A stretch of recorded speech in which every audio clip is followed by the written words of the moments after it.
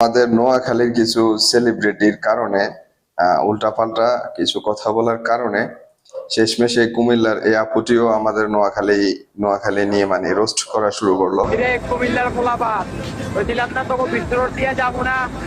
এই দেখ বিমান দিয়ে যাইতেছি নোয়াখালী। ভাই আপনি কোন নামবেন? পেলিনা করে কোন দিন নামবেন? মানে পেলিনা করে যাই নোয়াখালী কোন নামবেন?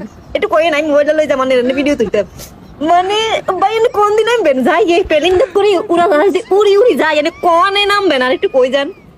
আই কুমিল্লার যদিও আর নেলা ভাষার কথা শুরু করছি যাই হোক আই নোয়াখালী লই গেছে আনে কোন আনে কোন এবারে পেলিনা করে যাইবা নোয়াখালী কোন দিন নামবেন যাই কোন তুমি কই যান। আমি আমাদের নোয়াখালীর সেলিব্রিটিদেরকে বলবো, তোমরা কথা বলো, একটু আইডিয়া ইউজ করে কথা বলো। তুমি এ জায়গায় প্লেন না বলে, বিমান না বলে তুমি হেলিকপ্টার বলতা যে আমি কুমিল্লা বিশ্ব রোড দিয়ে যাব না, আমি হেলিকপ্টারে করে যাব, তাহলে তো এই মেয়েটি এই রোস্টিং করার সুযোগ পেত না।